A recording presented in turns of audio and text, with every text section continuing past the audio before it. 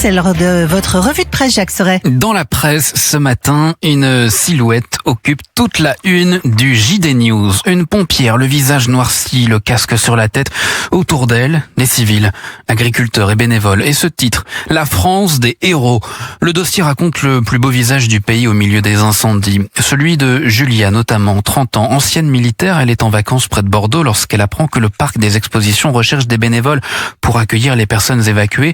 Pendant 2 jours, elle trie les dons, accompagne les personnes âgées jusqu'au repas, surveille leurs affaires ou leur animal le temps d'une douche.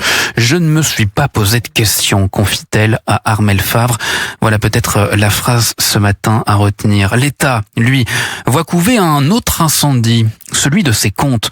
Le Figaro, les Échos et l'Opinion arrivent au même constat ce mercredi. À la fin du premier semestre, le déficit budgétaire de l'État atteint déjà 106 milliards 800 millions d'euros. C'est 6 milliards 400 millions de plus par rapport à l'année dernière. Dans les Échos, Stéphane Loignon souligne que les seuls intérêts de la dette ont coûté 34 milliards et demi d'euros en 6 mois. Dans l'Opinion, Enzo Cayocos met ce chiffre en regard des seulement 13 milliards consacrés aux investissements. L'argent public sert donc de moins en moins à préparer l'avenir et de plus en plus à payer le passé. La France découvre également ce matin le prix des mots. Dans le Figaro, le correspondant à Washington, Mayol Aldebert, raconte comment un tweet pourrait laisser notre futur ambassadeur à la porte des États-Unis.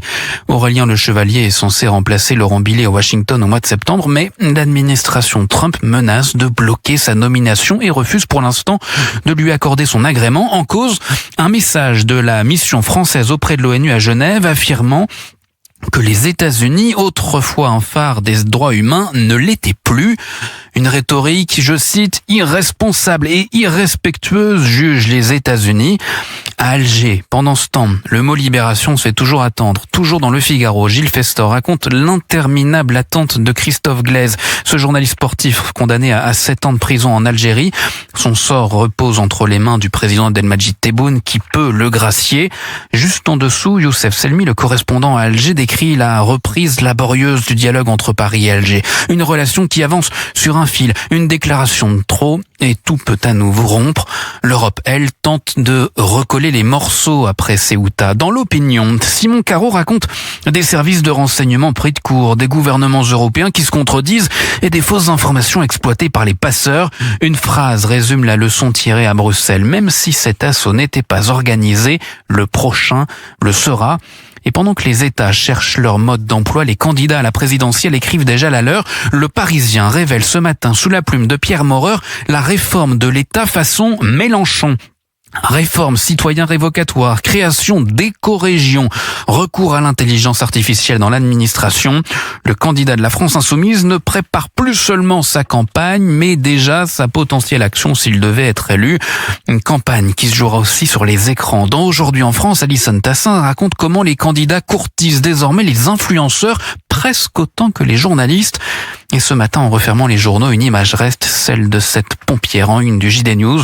Pendant que le déficit se creuse, que les diplomates négocient, que les candidats à la présidentielle se projettent déjà vers 2027, d'autres continuent simplement de protéger les Français. Et c'est l'image qu'on retiendra. C'était votre revue de presse, Jacques Serret. Votre rendez-vous de l'été, ça nous a énervé cette année avec vous, Laurent Tessier. Bonjour Laurent. Bonjour à tous. Aujourd'hui, vous nous parlez du cambriolage du musée du Louvre qui s'était déroulé en octobre dernier. C'était la honte dans le monde entier avec ce cambriolage. Pourtant, Emmanuel Macron avait lancé un grand projet Nouvelle Renaissance pour le musée le plus visité au monde. Il avait lu en janvier 2025 un discours d'une 20aine de minutes au Louvre. Rien ne sera oublié, sécurité et sûreté des collections, vidéosurveillance, génie climatique. Résultat, un commando de 4 malfaiteurs s'était emparé de 8 bijoux à 9h30 avec des disqueuses, un camion monte-charge. L'humiliation est le symbole catastrophique. Le Louvre, lieu du premier discours d'Emmanuel Macron en tant que président de la République le 7 mai 2017. Le chef de l'État arrivé sur scène en plein triomphe, les bras en l'air avec l'image de la pyramide du Louvre derrière lui. Ce lieu, c'est celui de la France que le monde regarde. Car ce soir, c'est l'Europe, c'est le monde qui nous regarde.